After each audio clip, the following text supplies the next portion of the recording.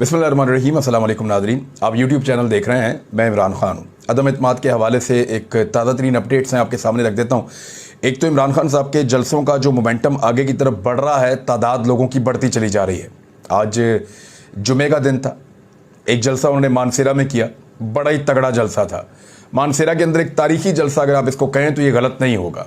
बहुत बड़ा जलसा था, बहुत बड़ी तादाद में लोग आए और इमरान खान साहब ने वही बातें तकरीबन की हैं जो वो माजी के जलसों में कर रहे हैं, लेकिन आज उनके अंदर थोड़ी सी एग्रेशन भी ज़्यादा थी और कुछ उन्होंने ऐसी बातें की हैं जो दीन से रिलेटेड हैं, जो लोगों की इखलाकियात से रिलेटेड हैं और इसको थोड़ा सा वो आगे बढ़ाते चले जा रहे हैं। एक्चुअली वो अपने 27 तारीख वाले जलसे का मोमेंटम बना रहे हैं। देखें, एक चीज़ तो बड़ी क्लियर है, पाकिस्तान में एस्टेब्लिशमेंट हमेशा उस तरफ खड़ी होती है जिस तरफ पब्लिक खड़ी होती है। ये मैं आपको बहुत क्लियरली कह दूँ।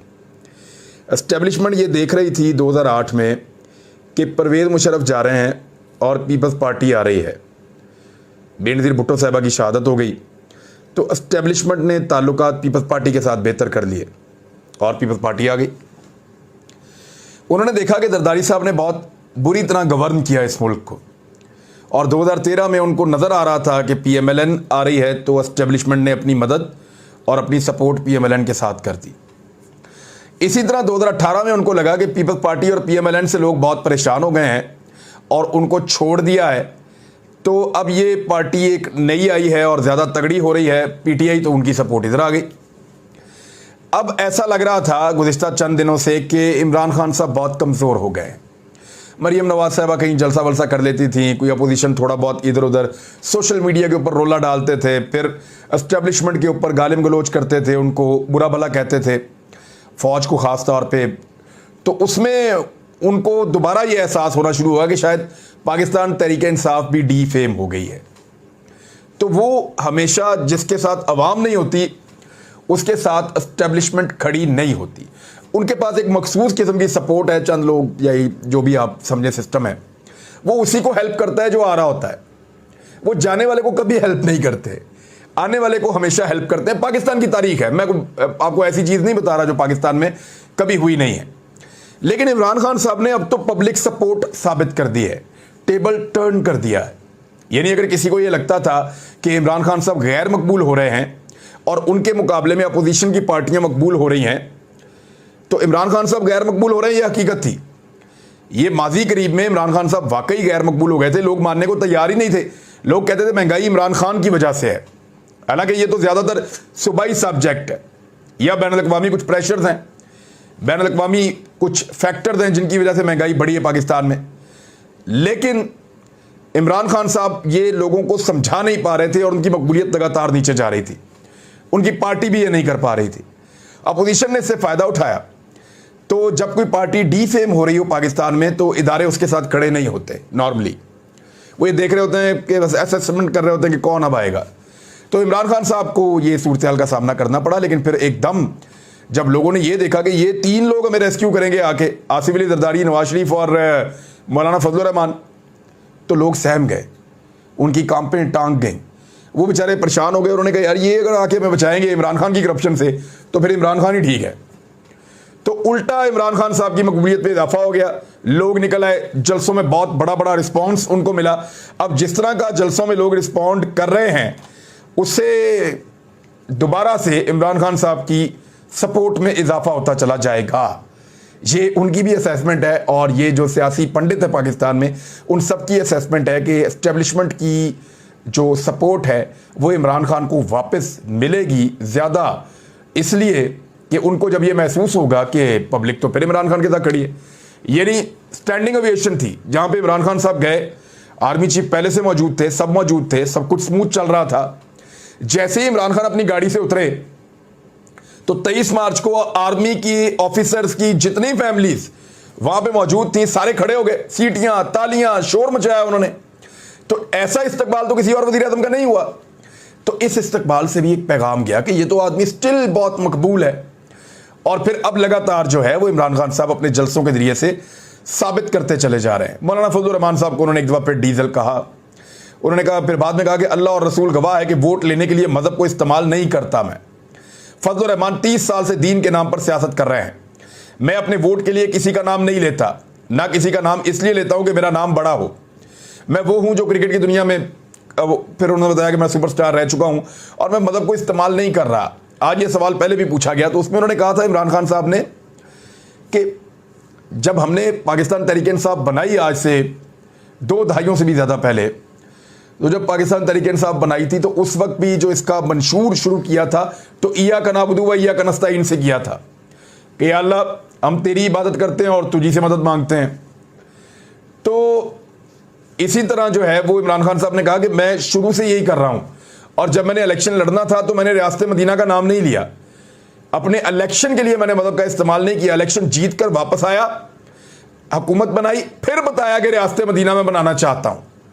मैंने कभी मदद को सियासत के लिए, उन्होंने कहा जी, इस्तेमाल नहीं की।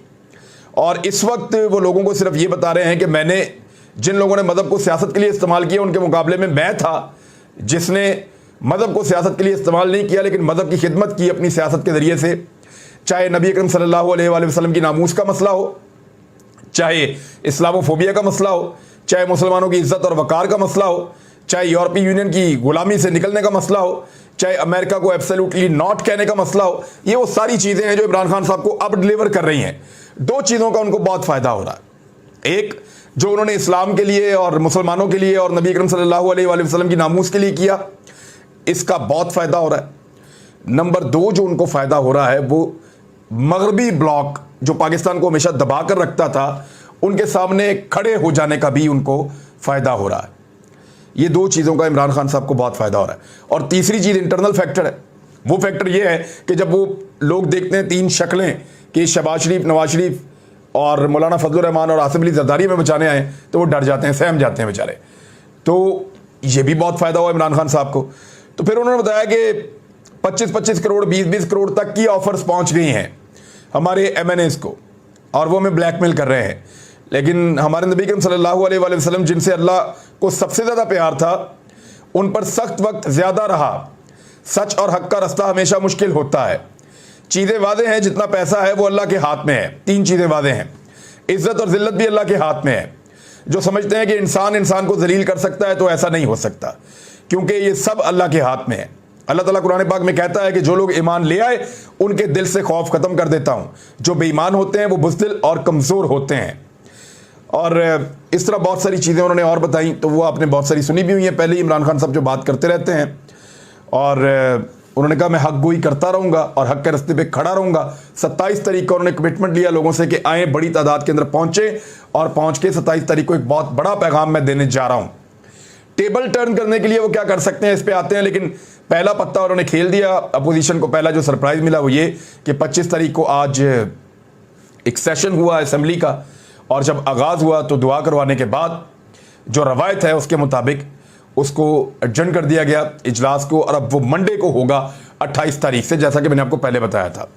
28, 29, 30 और 31 और यकम तारीख को जुम्मा है। अगर वो चाहें तो जुम्मे को वोटिंग करवा सकते हैं। वो देखेंगे कि बाहर हालात क्या हैं, उसके मुताबिक जुम्मे को वोटिंग करवा सकते हैं। जुम्मे को इजलास शुरू हुआ, मंडे को बहस शुरू हुई, 5वें दिन अगर चाहें तो वोटिंग करवा सकते हैं। लेकिन उनके पास गुंजाइश है कि वो 7वें दिन भी वोटिंग करवा सकते हैं। 6ठा दिन आएगा पीर वाले दिन, और वो 3 तारीख होगी। 7वां दिन आएगा 4 तारीख को मंगल वाले दिन, तो वो वोटिंग को आगे भी ले जा सकते हैं।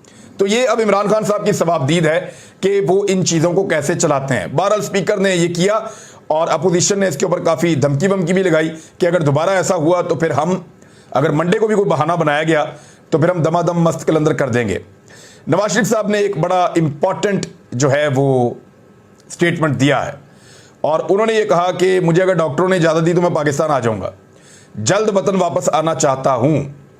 ये मैं आपको क्लियर कर देता हूँ, अगर इमरान खान साहब सर्वाइव कर गए तरीके तो मैं एतमाद में, जिसके इम्कानात बढ़ रहे हैं, लेकिन इसके बावजूद मैं आपको कह रहा हूँ कि मेरी असेसमेंट है, और इमरान खान साहब से जब मुलाकात हुई है, वो अब ओहदा छोड़ने के लिए भी तैयार है।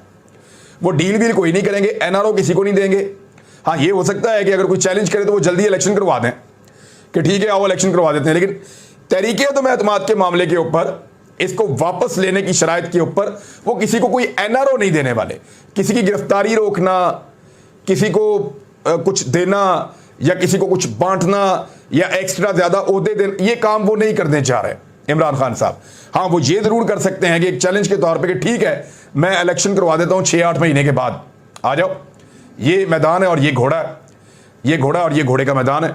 तो ये इमरान खान साहब कर सकते हैं, लेकिन वो कोई डील अब नहीं करेंगे और वो तैयार हैं कि अगर ओहदा छोड़ना पड़ा तो वो उसको छोड़ भी देंगे।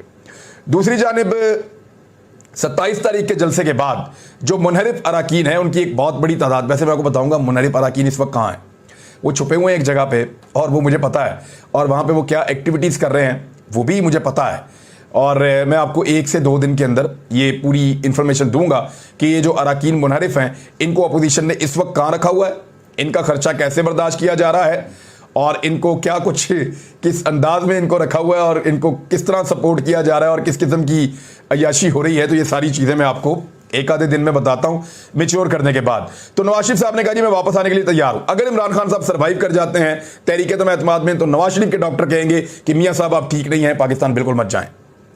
लेकिन अगर इमरान खान साहब तहरीक एतमाद में नाकाम हो जाते हैं और उनकी जगह पे शहबाज शरीफ वज़ीर आज़म बन जाते हैं, तो नवाज शरीफ साहब को डॉक्टर्स ये कहेंगे कि मियां साहब आपकी तबीयत बेहतर नहीं है, आप ट्रैवल ना करें, हमारा मशवरा है। लेकिन मियां साहब जिद करके अपनी जान को खतरे में डालते हुए पाकिस्तान ट्रैवल करेंगे, पाकिस्तान की मोहब्बत में, और फिर जो हुकूमत बनी होगी यहाँ पे पाकिस्तान में PMLN की, वो तमाम सरकारी वसाइल इस्तेमाल करते हुए उनको एयरपोर्ट पे लेने जाएगी, और इस तरह एक ऐसा मुजरिम जो जेल से जमानत पे बाहर गया है उसका फकीदुल मिसाल इस्तकबाल पाकिस्तान में होगा।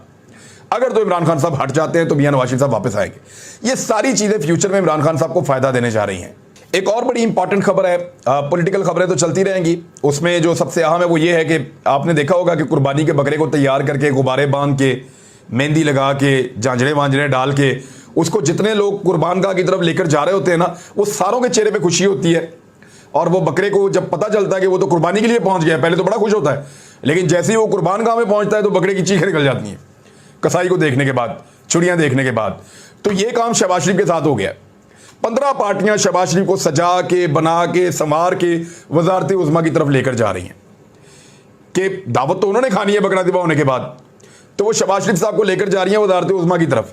तो शहबाज शरीफ साहब इसका बोझ उठाएंगे वजारत उज़्मा का अगर इमरान खान साहब निकल गए तो, और ये सारे मौजें करेंगे पीपल्स पार्टी, फजलुर रहमान साहब, ANP, काफ लीग, MQM, बलोचिस्तान अवामी पार्टी, और पता नहीं कौन कौन सी पार्टी ने, सारी पार्टियां जो हैं वो मौजें करेंगी, उनकी मौजें लग जाएंगी, वो वजारतें लेंगे, इंजॉय करेंगे, और बोझ पड़ेगा PMLN के ऊपर, क्योंकि गवर्नेंस तो हो ही नहीं सकती इस तरह के मॉडल के साथ। और जब गवर्नेंस नहीं होगी तो बहुत बुरी सूरत हाल हो जाएगी शहबाज शरीफ साहब की और PMLN की। जो उन्होंने गेन किया वो सारा का सारा डूब जाएगा, 6 हफ्ते के अंदर डूब जाएगा। मैं आपको गारंटी देता हूं, आप हुकूमत बनने दें इनकी।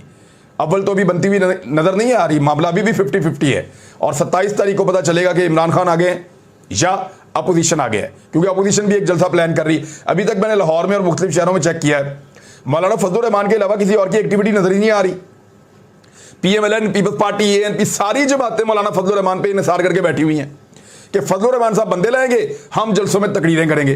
अब फजलुर रहमान साहब के बंदों ने रमजान में वापस चले जाना है या उससे चंद दिन पहले जाके मस्जिदें संभालनी है, वो तो यहाँ पे नहीं बैठे रह सकते। तो ये बड़ा सीरियस मसला है उनके लिए भी।